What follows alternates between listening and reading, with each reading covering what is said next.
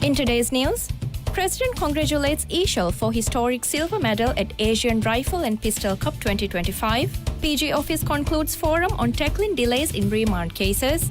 And Maldives generates nearly $95 million in tourism revenue in January.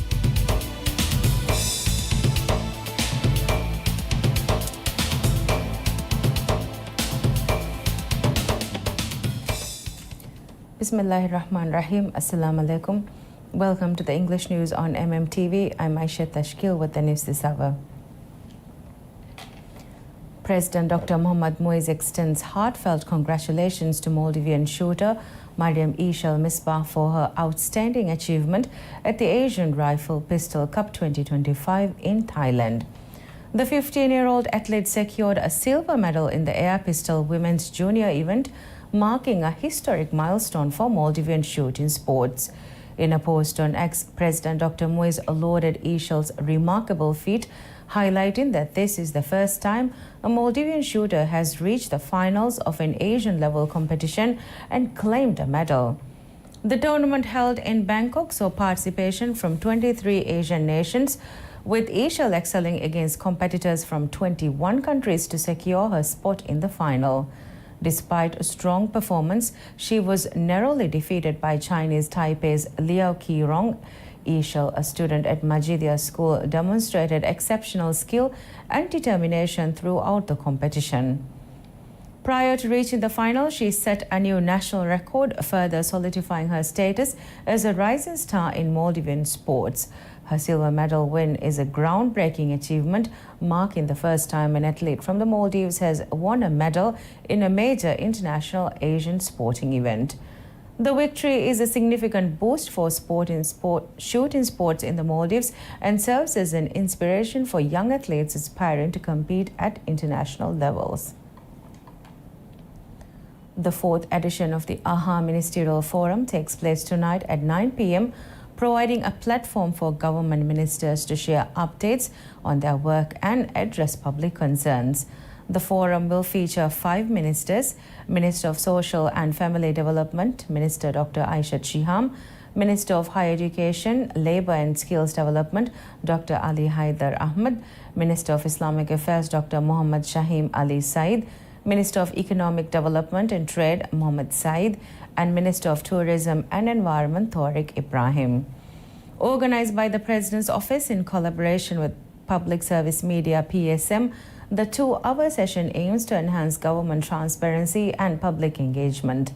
Members of the public can participate by attending in person or submitting questions via phone calls, SMS, social media, and the PSM Air app. The AHA series, launched on January 25, 2024, serves as a regular forum for ministerial dialogue. In addition to these sessions, the government hosts a separate public forum featuring President Dr. Mohammad Muiz, allowing direct interaction between the President and the public on key national issues. The Maldives Industrial Fisheries Company MIFCO announces a significant payout to fishermen depositing 7.65 million rupiah to 48 fishing boats for their recent catch. The payments, which were processed between 10:30 a.m. and 12:30 p.m. on Friday, reflect the fish weighed by fishermen last Wednesday. MIFCO shared the update via its official X account, referring to the day as a big payday of fishermen. The company stated that any remaining payments will be deposited before 4:30 p.m. on the next banking day. The commitment to pay fishermen within 48 hours is a key presidential pledge by President Dr. Mohammad Muiz. The government has been consistently honoring this, ensuring regular payments every 2 days to support the fishing community. According to MIFCO statistics, 8,324 tons of fish were weighed in January 2025, marking the highest monthly catch recorded in recent fishery history. The company continues to work towards streamlining payment processes and supporting fishermen. The Maldives Transport and Contracting Company MTCC reports a net profit of 151.3 million rupiah in Q4 of 2024, marking a significant financial turnaround from 18.1 million rupiah loss recorded in Q3. According to MTCC's Q4 financial report, total revenue reached 418.2 million rupiah, reflecting a decline from Q3's 587.1 million rupiah. Despite the decrease in revenue, the company significantly improved its cost management, resulting in higher profitability. Operating profit surged to 177.5 million rupiah, a dramatic increase from 12.7 million rupiah in Q3, highlighting effective operational efficiencies and strategic financial decisions. MTCC also reported a strong recovery in earnings per share, which rose to 18.82 rupiah in Q4 compared to 2.25 rupiah in Q3. Additionally, the net asset value per share increased to 222.21 rupiah, reflecting improved shareholder value. During Q4 of 2024, MTCC managed 189 projects, including 74 harbour construction projects, 32 reclamation and shore protection projects, 12 building construction projects, and 6 airport construction projects.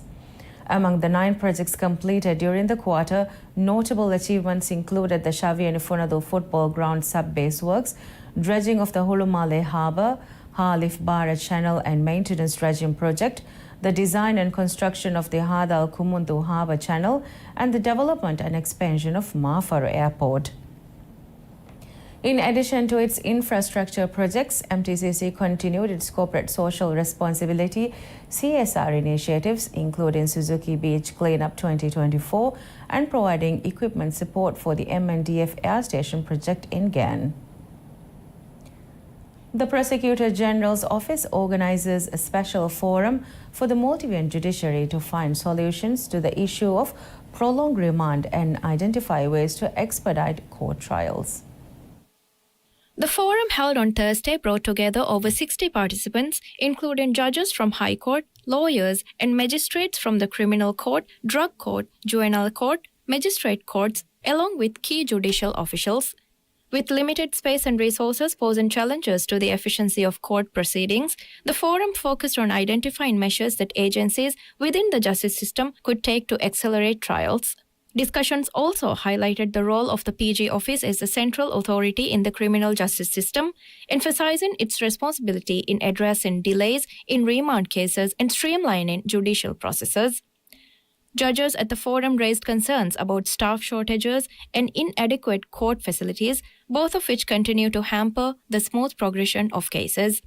To counter these challenges, the discussion centered on implementing a centralized scheduling system to reduce hearing cancellations, adopting out-of-court administrative measures to limit unnecessary preliminary hearings, and improving witness production in court to prevent trial delays. Additionally, legal consultation was also provided on introducing a monitored system for the release of eligible remanded individuals and expanding the bail system. The implementation of an electronic system for document sharing was also discussed as a measure to improve judicial efficiency. The forum was attended by the Chair of Judicial Service Commission JSC, Al-Ustaz Hussain Riza Adam, members of JSC and representatives from the Department of Judicial Administration.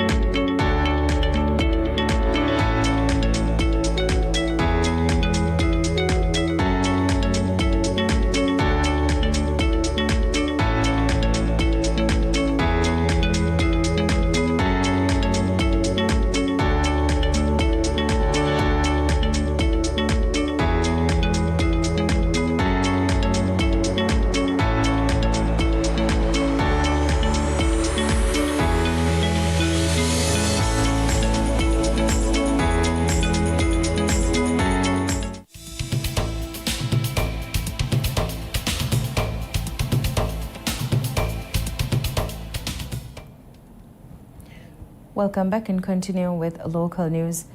The Speaker of the Maldives Parliament, Abdul Rahim Abdullah, returns to the Maldives following an official visit to India from February 10th to 14th. The visit was undertaken at the invitation of the Speaker of the Lok Sabha, the lower house of the Indian Parliament, and the Chairman of the Rajya Sabha, the upper house of the legislature. During his visit, Speaker Abdul Rahim met with Lok Sabha Speaker Om Birla at the Indian Parliament. Discussion centered on the role of technology in legislative processes, with Speaker Abdul Rahim noting India's advancements in digital tools and artificial intelligence. He sought India's assistance in modernizing and digitizing the Maldivian Parliament.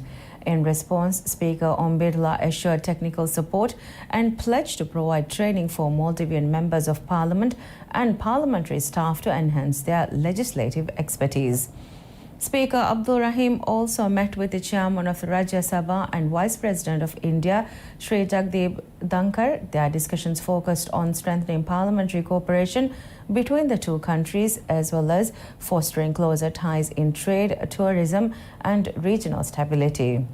The Speaker was accompanied by a delegation of Maldivian members of Parliament, including Barash MP Ibrahim Shujau, Hurdu MP Muhammad Shahid, and Hura MP Dr. Anara Naim, along with Kendikuludu MP Muhammad Afu Hamid, Kela MP Abdullah Sharif, Hemweru North MP Ahmad Aifan, Kodahuadu MP Hussein Hamid, Gamanafashi MP Asadullah Shihab, and Korendo MP Muhammad Shamim Habib.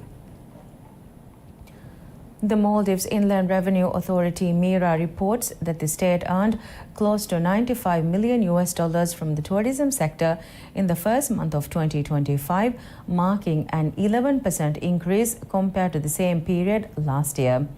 According to MIRA's latest data, tourism-related taxes and fees accounted for approximately 76% of the total $125 million in revenue collected in January.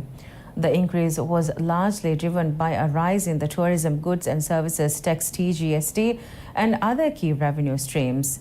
TGST collections show a significant boost, reaching $69.1 million, an increase of 13% compared to January 2023. Green tax revenue also surged, with MIRA collecting $7.4 million during the month.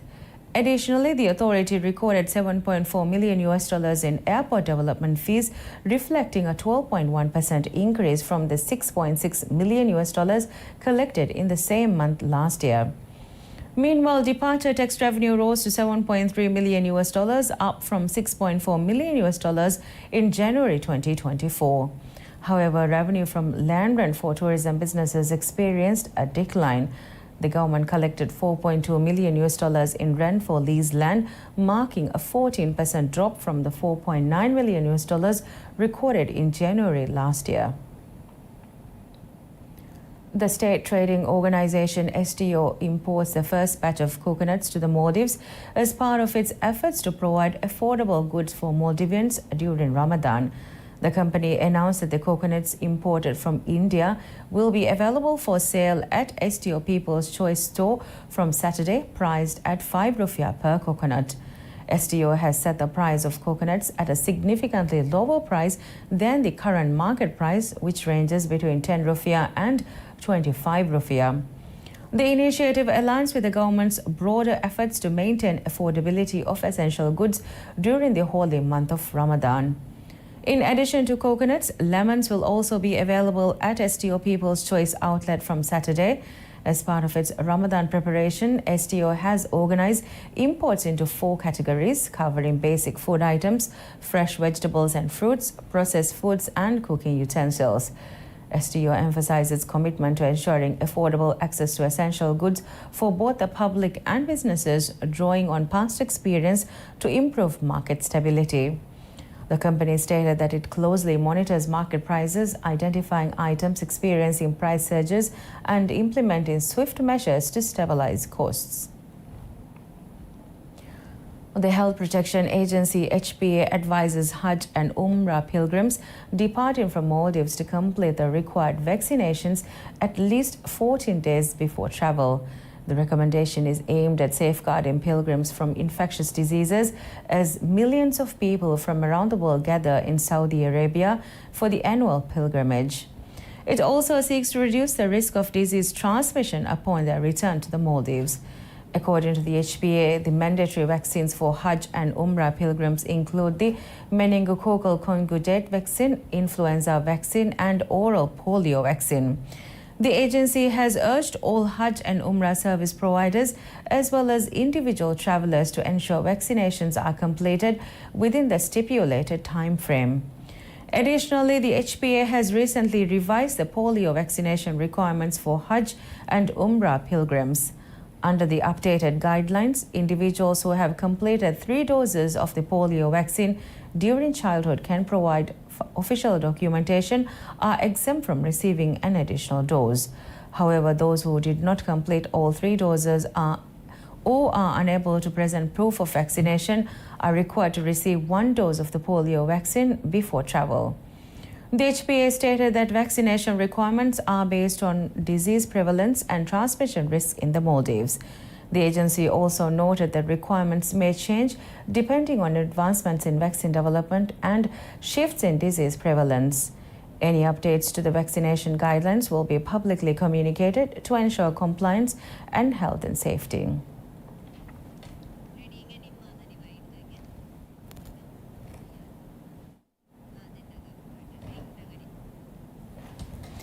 And with that news, we conclude today's English news. Thank you for watching and have a very pleasant day ahead.